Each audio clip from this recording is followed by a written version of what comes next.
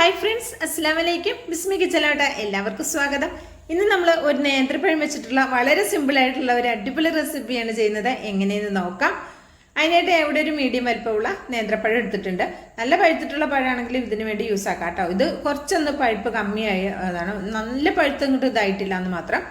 ഇങ്ങനത്തെ പഴമാണെങ്കിലും ഒരു കുഴപ്പമൊന്നുമില്ല കേട്ടോ, ഉപയോഗിക്കാം. അപ്പോൾ അതാ ഈ പഴത്തിൻ്റെ തോലൊക്കെ കളഞ്ഞിട്ട് നമുക്ക് ഈ പഴത്തിനെ നമുക്ക് ചെറുതായിട്ടൊന്ന് കട്ടാക്കി എടുക്കണം. ഒരു പഴത്തിനെ ഇങ്ങനെ 4ആയിട്ട് കീറി കൊടുക്കുക. എന്നിട്ട് ഒന്ന് ചെറുതായിട്ട് കട്ടാക്കി എടുക്കാം. കണ്ടോ, ഈ ഒരു രീതിയിലാണ് ഞാൻ കട്ടാക്കി എടുക്കുന്നത്. ഇങ്ങനെ ചെറുതാക്കി കട്ടാക്കിയാൽ മതി, ഒരുപാട് വലുതാക്കി എടുക്കണ്ട കേട്ടോ. ഇതുപോലെ ചെറുതാക്കിയാൽ മതി. അപ്പോൾ ഈ ഒരു നേന്ത്രപ്പഴം മുഴുവനും ഇതേപോലെ ഇങ്ങനെയാണ് ചെറുതായിട്ട് 4-1 ഇതുപോലെ നമ്മൾ കട്ടാക്കി എടുത്തിട്ടുണ്ട്. മുഴുവനും കട്ടാക്കി ഇനി ഇതൊരു സൈഡിലേക്ക് മാറ്റി വയ്ക്കാം. ഇനി നമുക്ക് ഒരു പാൻ അടുപ്പത്ത് വെച്ച് കൊടുക്കാം. ഞാൻ ഫ്ലെയിം ഓൺ ആക്കിയിട്ടില്ല കേട്ടോ, ഞാൻ ഫ്ലെയിം ഓൺ ആക്കി കൊടുക്കുകയാണ്. ഈ പാനൊന്ന് നന്നായിട്ടൊന്ന് ചൂടായി വരുന്ന സമയത്ത് നമുക്ക് ഇതിലേക്ക് ചേർത്ത് കൊടുക്കാവുന്ന നെയ്യാണ് കേട്ടോ. നെയ്യ് ഇതിലേക്ക് ചേർത്ത് കൊടുക്കുക. അപ്പോൾ നിങ്ങൾക്ക് നെയ്യ് വേണ്ടാന്നുണ്ടെങ്കിൽ ബട്ടർ വേണമെങ്കിൽ യൂസ് ആക്കാവുന്നതാണ് കേട്ടോ. നെയ്യാണ് കുറച്ചുകൂടി നല്ലത്. ചേർത്ത് കൊടുക്കാൻ നല്ല ടേസ്റ്റാണ് നെയ്യ്. പശുനെയ്യൊക്കെ ആണെങ്കിൽ ഒന്നും കൂടി ടേസ്റ്റാണ്. അപ്പോൾ ഇതാ ഇനി ഇതിലേക്ക് ഞാൻ തേങ്ങാക്കൊത്താണ് എടുത്തിട്ടുള്ളത്. അത് ഇതിലേക്ക് ചേർത്ത് കൊടുക്കാം. ഒരു 1/4 കപ്പോളം വരുന്ന തേങ്ങയുടെ കഷ്ണങ്ങൾ ചെറുതായിട്ട് കട്ടാക്കിയത് എടുത്തതാണ്, അത് ചേർത്ത് കൊടുക്കാം. നല്ല നൈസാക്കി ചെറുതാക്കി കട്ടാക്കിയിട്ടുണ്ട്. അപ്പോൾ ഇടയിലൊക്കെ കടിക്കാൻ കിട്ടുമ്പോൾ നല്ല ടേസ്റ്റ് ആയിരിക്കും കഴിക്കാനായിട്ട്. അപ്പോൾ ഇതാ ഇതേപോലെ ഒന്ന് ചുവന്ന് വരുന്നത് വരെ ഒന്ന് വഴറ്റിയെടുത്താൽ മതി. കൂടുതൽ ഇങ്ങനെ കരിഞ്ഞു പോകുക ബ്രൗൺ കളറായി വരികയൊന്നും വേണ്ട. ഈ ഒരു പരുവത്തിൽ നമുക്ക് ഈ നെയ്യിൽ നിന്ന് കോരി മാറ്റാം. ഇനി ഇതിലേക്ക് ചേർത്ത് കൊടുക്കുന്നത് നമ്മൾ നേന്ത്രപ്പഴമാണ്. നേരത്തെ കട്ടാക്കി വെച്ചിട്ടുള്ള ഒരു നേന്ത്രപ്പഴം ഇതിലേക്ക് ഇട്ടിട്ട് ഒരു മീഡിയം ഫ്ലെയിമിലിട്ടിട്ട് നമുക്കിതൊന്ന് വഴറ്റിയെടുക്കാം. വഴറ്റിയെടുക്കുന്ന സമയത്ത് ഇതേപോലെ തന്നെ ഒരുപാട് ഇങ്ങനെ മൂത്ത് ഇതായി വരുമൊന്നും വേണ്ട, നന്നായിട്ടൊന്ന് വാടി കിട്ടിയാൽ മാത്രം മതി. അപ്പോൾ ഇതാ ഇതുപോലെ ഇതിവിടെ വാടി വന്നിട്ടുണ്ട്. ഇനി നമുക്ക് ഫ്ലെയിമൊക്കെ ഓഫാക്കിയിട്ട് ഇതൊരു പാത്രത്തിലേക്ക് കോരി മാറ്റാം.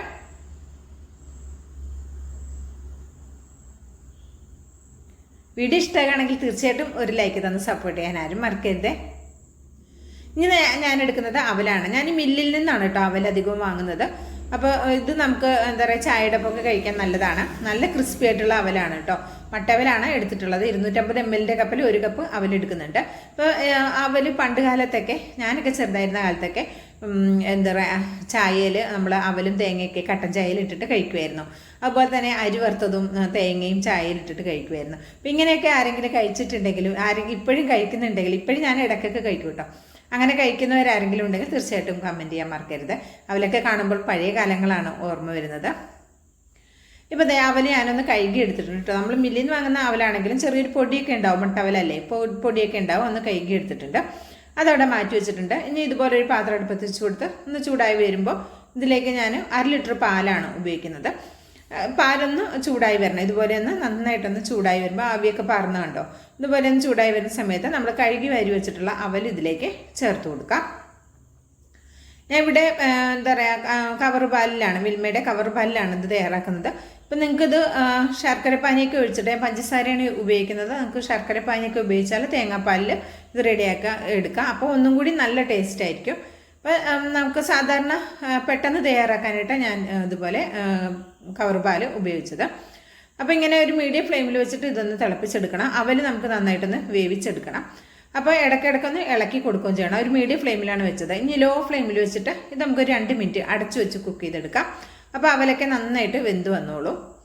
അപ്പോൾ അതായത് നമ്മുടെ അവലൊക്കെ നന്നായിട്ട് വെന്ത് വന്നിട്ടുണ്ട്. കണ്ടോ, ഒന്ന് കുറുകി, ഒന്ന് കുറച്ചുകൂടി ഒന്ന് കുറഞ്ഞു വന്നിട്ടുണ്ട്, നന്നായിട്ട് കുറുകി വന്നിട്ടുണ്ട്. അപ്പോൾ ഇതിലേക്ക് ഒരു 1/4 കപ്പ് പഞ്ചസാര ചേർത്ത് കൊടുക്കുന്നുണ്ട്. 1/2 കപ്പ് എടുത്തു, എന്നാൽ 1/4 കപ്പ് മാത്രമേ ചേർത്ത് കൊടുക്കുന്നുള്ളൂ.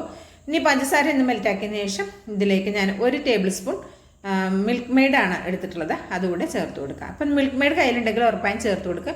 നമ്മളിതൊരു അവലും നേന്ത്രപ്പഴമൊക്കെ വെച്ചിട്ടുള്ളൊരു പായസമാണ് തയ്യാറാക്കുന്നത്. അപ്പോൾ നമ്മുടെ പായസം നല്ല ടേസ്റ്റ് ആയിരിക്കും. ഇപ്പോൾ കണ്ടോ, പഞ്ചസാര 1/4 കപ്പ് ചേർത്തുള്ളൂ, ബാക്കി ഞാനിവിടെ മാറ്റി വെച്ചിട്ടുണ്ട്. ഇപ്പോൾ മിൽക്ക് മെയ്ഡ് കയ്യിലില്ലെങ്കിൽ ഇതിന് ഒരു 3 ടേബിൾ സ്പൂൺ പാൽപ്പൊടി ഉണ്ടെങ്കിൽ അത് ചേർത്ത് കൊടുത്താലും മതിയാകും. ഇനി ഇതിലേക്ക് നമ്മൾ വറുത്ത് വെച്ചിട്ടുള്ള നമ്മുടെ നേന്ത്രപ്പഴം ചേർത്ത് കൊടുത്തിട്ടുണ്ട്. ഇനി ഇതിലേക്ക് നമ്മൾ വറുത്ത് വെച്ചിട്ടുള്ള തേങ്ങാക്കൊത്തും കൂടി ചേർത്ത് കൊടുക്കാം. ഇതിലേക്ക് നമുക്ക് ഏലക്കപ്പൊടിയും ചേർത്ത് കൊടുക്കാം.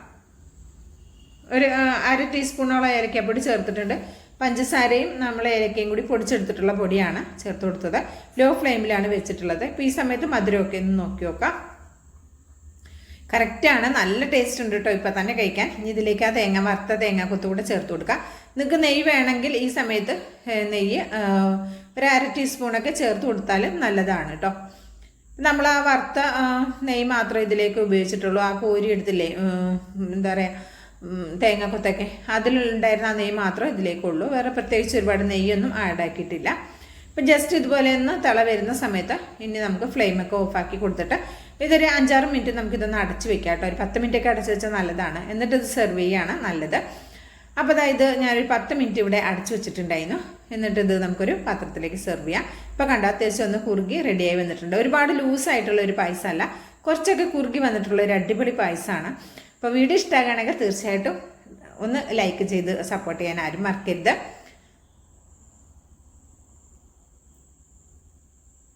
സബ്സ്ക്രൈബ് ചെയ്ത് കാണുന്ന കൂട്ടുകാർ ഒന്ന് സബ്സ്ക്രൈബ് ചെയ്ത് അടുത്ത് വരുന്ന ബെല്ലൈക്കൺ ഒന്ന് എനേബിൾ ചെയ്ത് വെച്ചാൽ മാത്രമേ നമ്മളിടുന്ന വീഡിയോസിൻ്റെ നോട്ടിഫിക്കേഷൻ നിങ്ങളിലേക്ക് കറക്റ്റായിട്ട് കിട്ടുള്ളൂ കേട്ടോ. ബെല്ലൈക്കൺ എനേബിൾ ചെയ്ത് വെക്കുമ്പോൾ ഓൾ എന്ന ഓപ്ഷൻ കൂടി സ്വീകരിക്കാനും മറക്കരുത്. അപ്പോൾ ഇൻഷാ അല്ലാഹ് അടുത്ത നല്ലൊരു അടിപൊളി വീഡിയോ ആയിട്ട് എത്തുന്നതായിരിക്കും. എല്ലാ കൂട്ടുകാർക്കും നന്ദി, നമസ്കാരം.